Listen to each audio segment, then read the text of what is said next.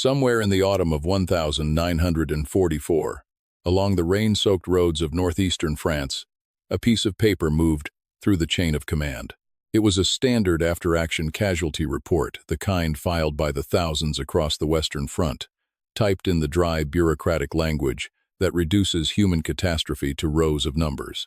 Killed in action, wounded, missing, equipment lost. It passed through a battalion clerk, a regimental adjutant, a divisional staff officer, and eventually landed on a desk inside a command tent lit by a hissing kerosene lamp. The numbers were wrong, not by accident, by design. George S. Patton had built the Third Army on one foundational principle.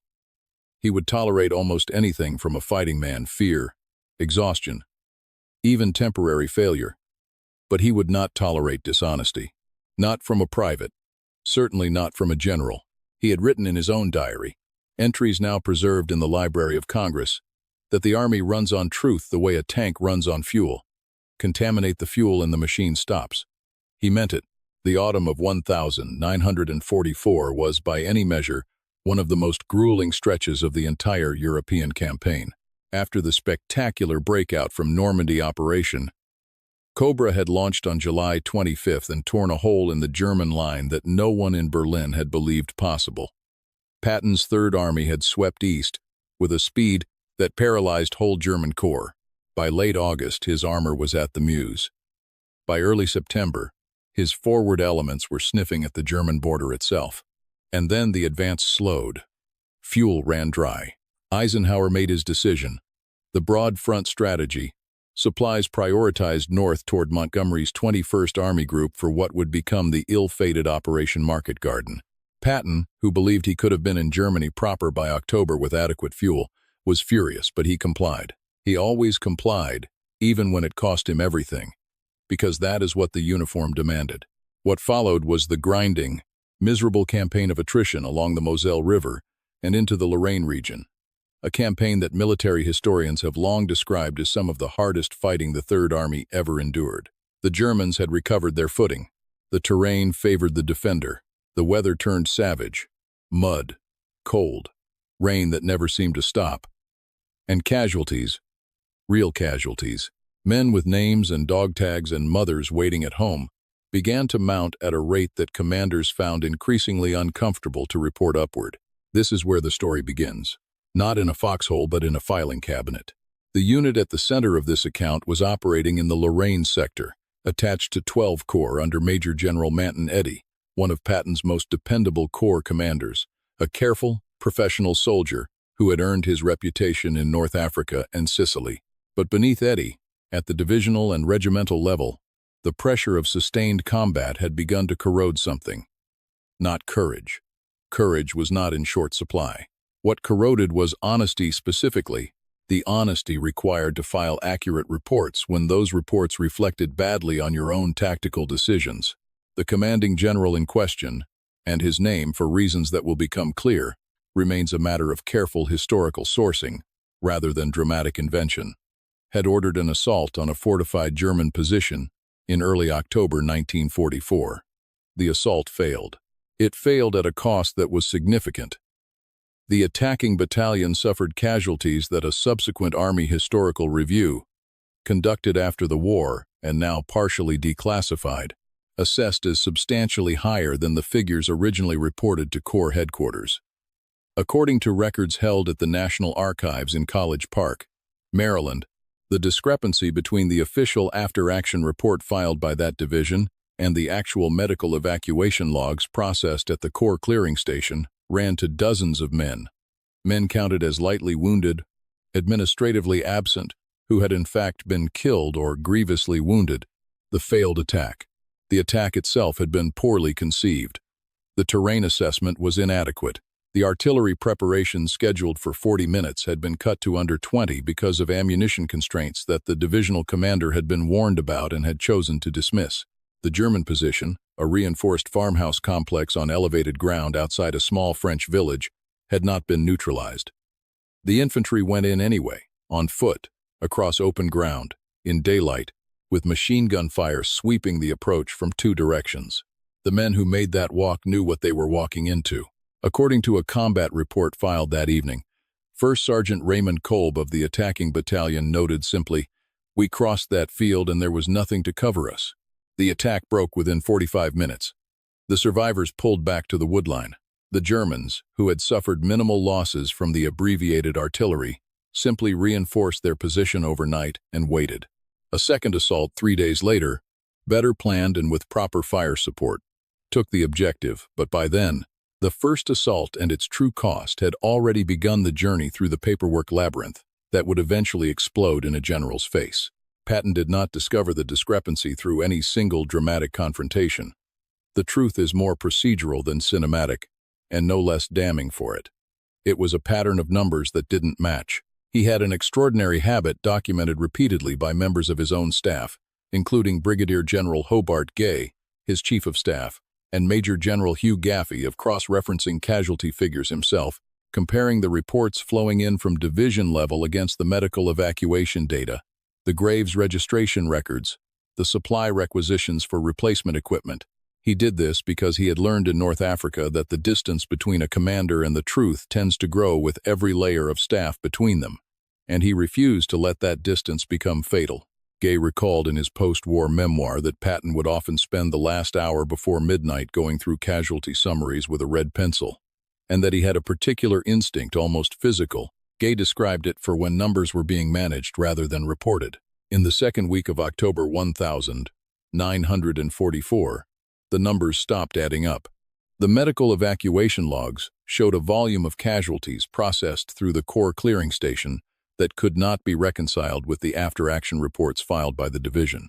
The Graves Registration Unit, the soldiers responsible for recovering, identifying, and documenting the dead, had logged a count from the Lorraine sector that exceeded divisional reporting by a margin too large to attribute to clerical error or the normal chaos of combat record-keeping. Requisitions for replacement small arms, replacement field gear, and emergency blood supply had been filed at a level consistent with a much higher casualty figure than anything that appeared in the official report. Patton ordered a staff review. Within 48 hours, his G1, the personnel officer responsible for manpower accounting, had confirmed what the numbers already suggested. Someone had been managing the count. He went forward himself. This was not unusual for Patton. In fact, it was one of the things that drove Eisenhower and Bradley to distraction, the way the man could not be kept behind his own command post. He moved. He appeared at Corps headquarters, at division headquarters, at regimental command posts, sometimes with minimal warning, sometimes with none at all. His physical presence at the front was a form of command. It told his men that the Army cared enough to send its top general into the rain and the mud, and it told his subordinate commanders that nothing was ever truly hidden.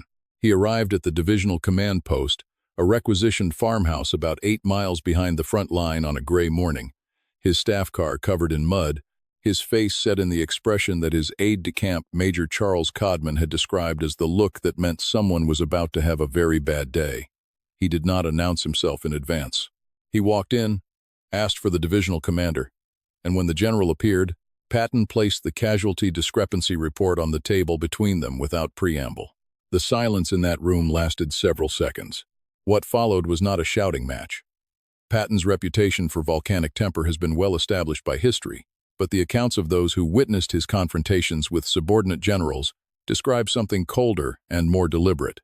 He laid out the numbers. He laid out the medical evacuation logs. He laid out the Graves registration count.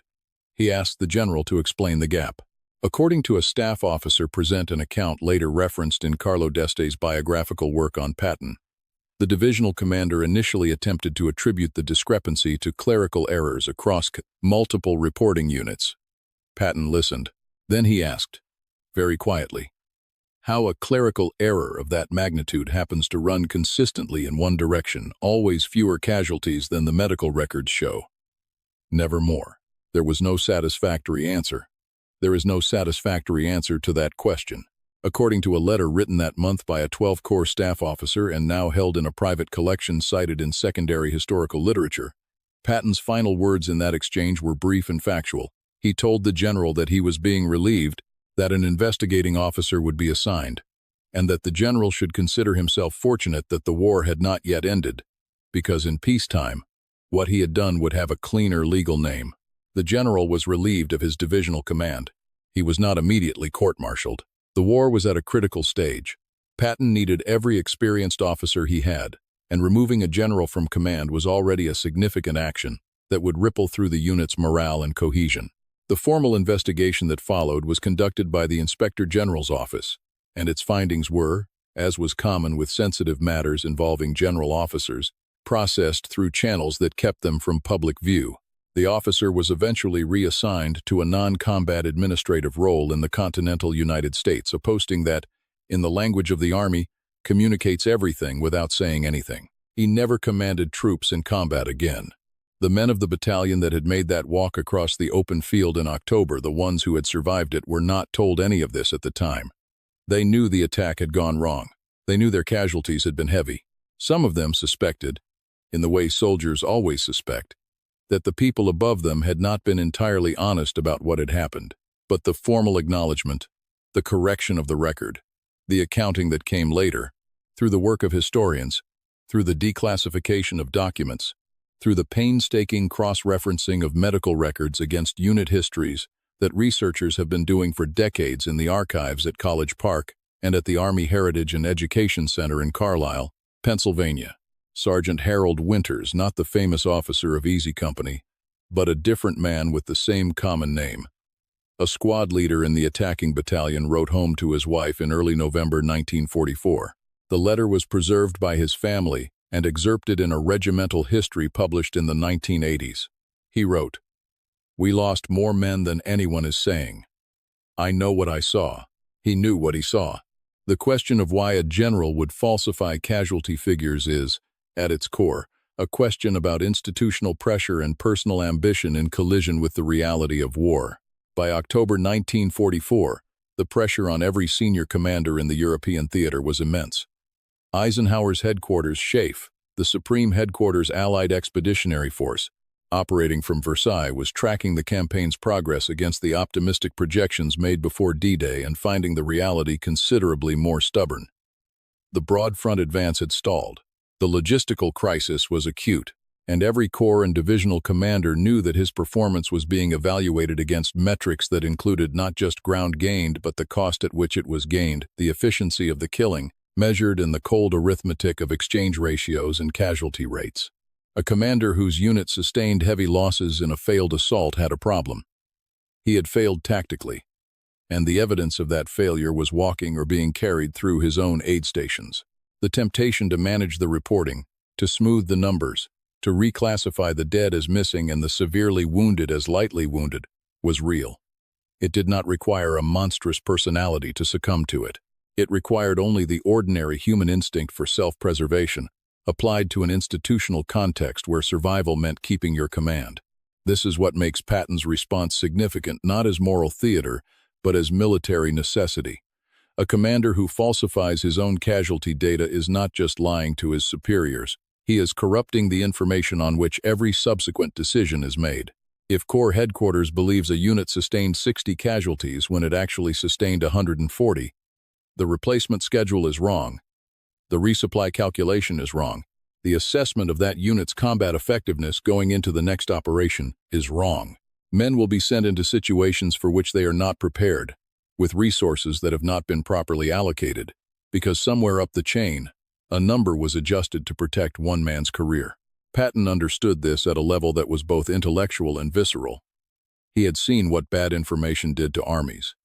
He had studied it, and he had zero patience for it in his own command. The broader pattern of this behavior, not unique to this single incident, but part of a systemic problem across the U.S. Army in the autumn and winter of 1944 has been examined in post-war analyses of the European campaign.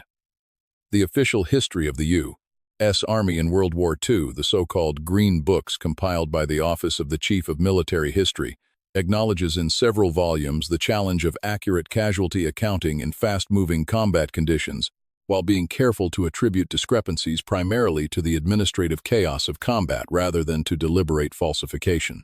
But the Inspector General records the medical evacuation logs and the graves registration data from specific engagements tell a more complicated story in a number of cases, and this case is among them.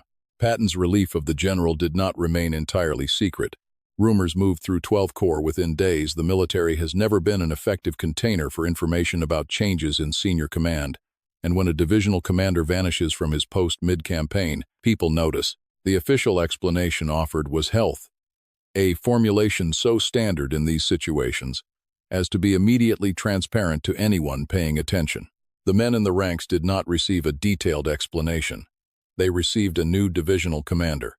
What they may not have understood, what took decades of archival work to establish clearly, was that the change of command was directly connected to the casualty reporting irregularity, and that Patton had personally initiated it after a face-to-face confrontation rooted in his own cross-referencing of data that most Army commanders would never have thought to check themselves.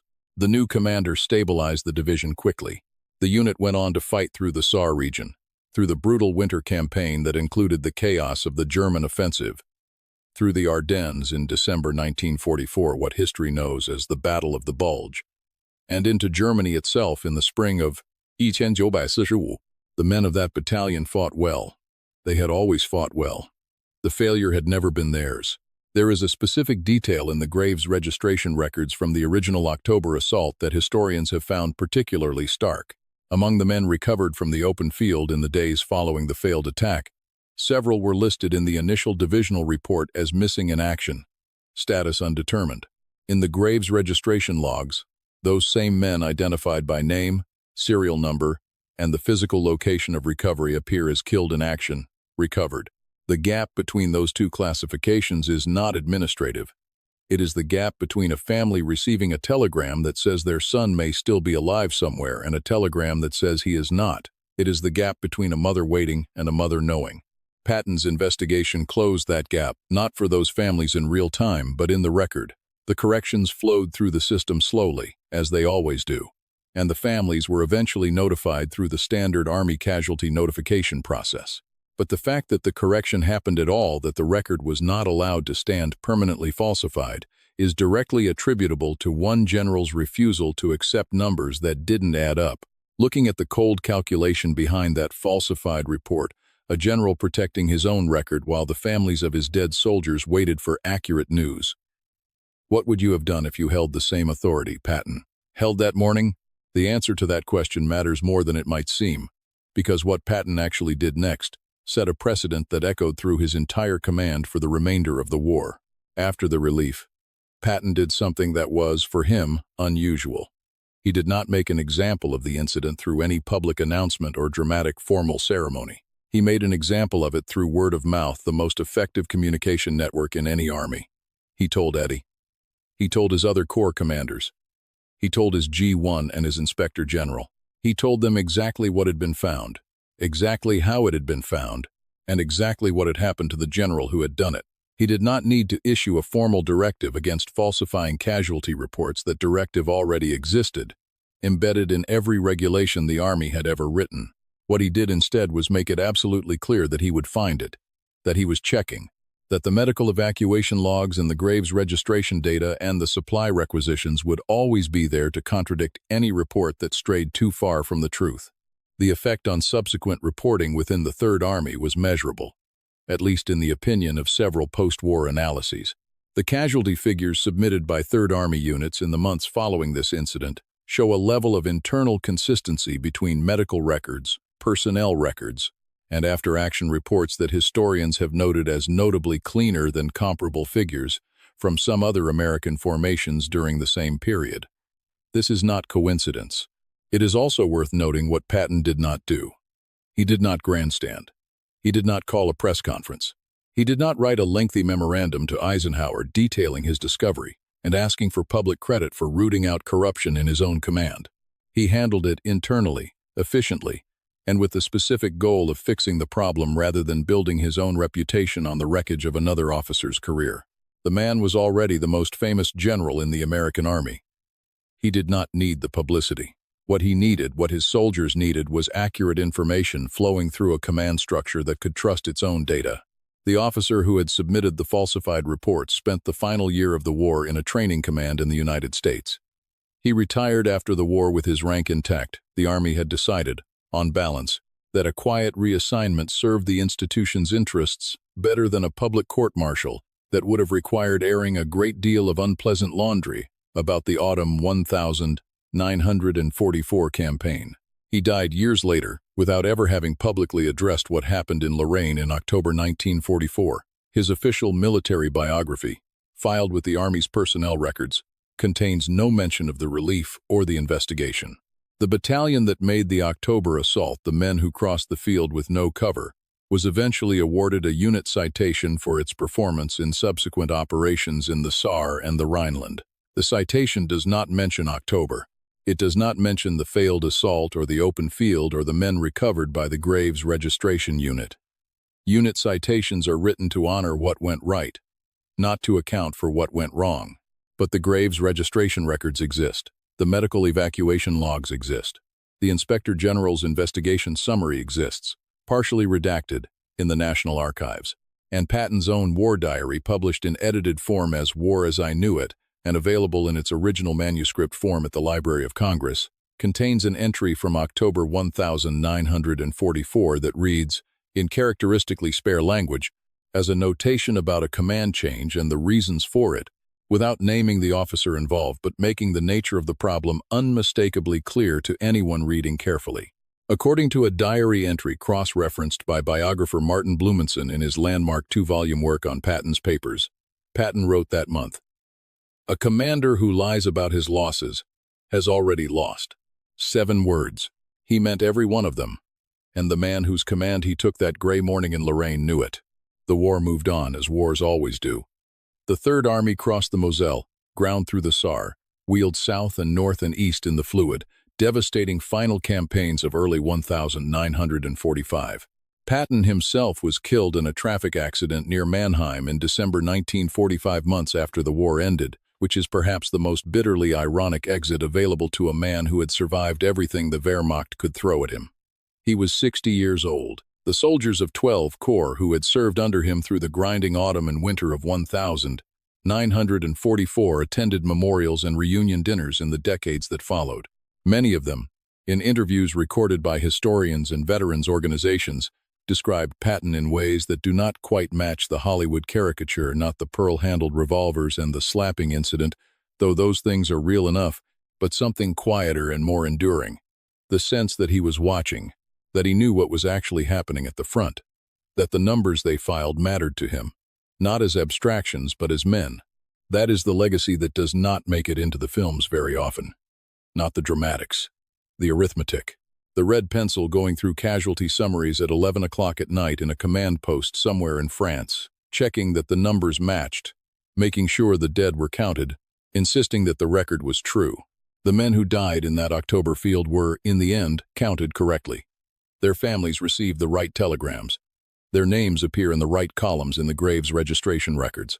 It took the intervention of a general who refused to accept a number that didn't add up and the quiet, efficient destruction of another general's career to make that happen. The falsified report was corrected. The record stands. And somewhere in the National Archives, in a box of documents that most people will never look at, the original falsified report and the corrected version sit in the same folder, one on top of the other, as a permanent record of what was done and what was then undone by a man with a red pencil and a very low tolerance for lies.